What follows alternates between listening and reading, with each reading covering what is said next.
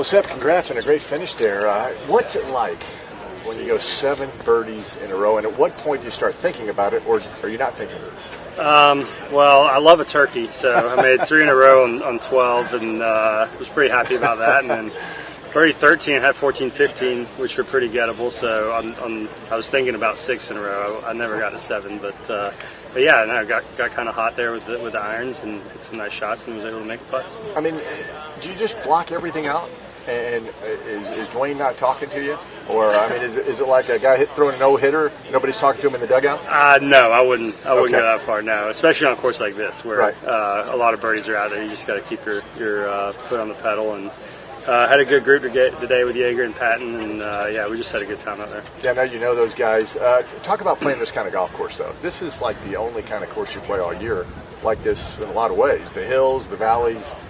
There's a lot of birdies out there. Yeah, there's a lot of birdies out there, but you still have to hit some good shots, and it's a fun place to start the year. You know, you hit some good shots. There's some slopes that you can use to take advantage of it, and yeah, it's always fun to make some birdies. Are you disappointed with the par finish? Oh yeah, Patton's more disappointed than I am. Had a putt on 17 and missed it, and he immediately told me that he was pissed at me. So yeah, no, a little disappointed with that. What about the weekend now, though? Because obviously you're playing great, and you know you got to go low, keep going low. Yeah, exactly. I mean, this type of course where, you know, by the time I tee off, I might be in 15th place or something. So, yeah, you just got to keep your foot on the pedal out here and keep trying to give yourself looks and keep trying to make putts. And lastly, we're the radio team, but we do notice you went with a short haircut. Yeah. You're going you shaved it, right? Oh, yeah, no guard. Yeah, I went no guard. Nature was kind of getting in the way there, so I figured I might as well just help it out a little bit. It's a good look, and maybe good luck, right? Yeah, I like it. Hopefully, more rounds like this with it. Thanks, Strap. Absolutely. Keep going. Thank you. All right, bud. What did you do on 17? I hit it like 20 feet and missed the putt.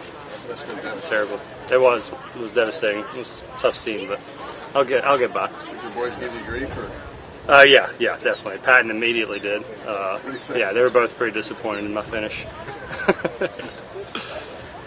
What's the secret to scoring out here? This isn't a putting contest. I would say iron shots. Iron shots are very important.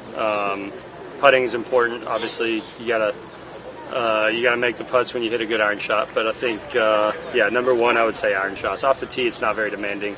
Pretty wide fairways. You have to hit the fairway. If you miss the fairway, you're in trouble. But probably iron shots is number one. Did you miss any? I did, yeah. I missed number 4, which is about 60 yards wide. I made bogey there, so that was tough. But yeah, I missed a few. There's a few fairways that are just hard to hit, like 1 or stuff like that. But 1? Yeah, 1's brutal to hit. It's impossible to stop it where it just goes down through into the rough. So it's a fairway and a half. Yeah, but yeah, no, it's a second shot golf course for sure. What clicked all of a sudden? I was hitting my iron shots really close. 10, I hit it to 5 feet.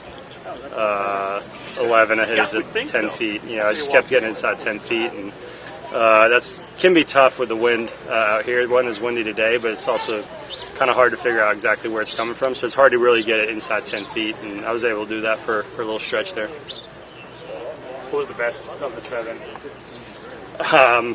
Well, probably the 6-iron I hit on 17 was better than any of the ones on the 7. But I think the shot on 10 was probably my best shot. Hit a 7-iron in there about 5 feet from the top of the fairway on the right with the ball way above my feet. Where's the flag on 13? 13 is front left. Yeah. Yeah, I kind of hit a wedge in there. Not as much wind, so you can get it up into the upslope off the tee, and just kind of hit a wedge, soft wedge into the right, and use the slope to get it close. Is that the most birdies you've made in a row? I think so. Yeah, I definitely haven't gotten 8. So yeah, I think 7's definitely my max. What'd you do on 9? I missed the short putt. Oh. Yeah, and on 8 had a semi-short putt too. So yeah, what could have been? You must be devastated. Yeah, it's terrible. So how tight is it up top? Oh, it's tight. Yeah, it's a no guard. Okay. Yeah. This is a few days old here, but yeah, it's high and tight. What's that? What was the thinking? I was losing it already, so I figured I might as well just help it out a little bit. Do you have any encouragement?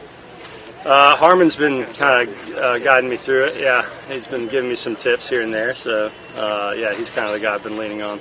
You have to run this by the wife, is what I said. For sure, yeah. She was the number one, the only person that would have nixed it, but she likes it, so yeah, all good. Who speaks better German between the two of you? Me and Jaeger, I'd say it's pretty similar. I'd say, yeah. I mean, we're both Germans fluent. You're So both foreigners now? what's that? We're real Germans, but no, you both have an accent? No, we're both fluent. So yeah, I mean, he has an accent to me. He's got a German accent, but and I've got a bit of a Viennese one. So, but yeah, no, we're both fluent. So yeah, either one.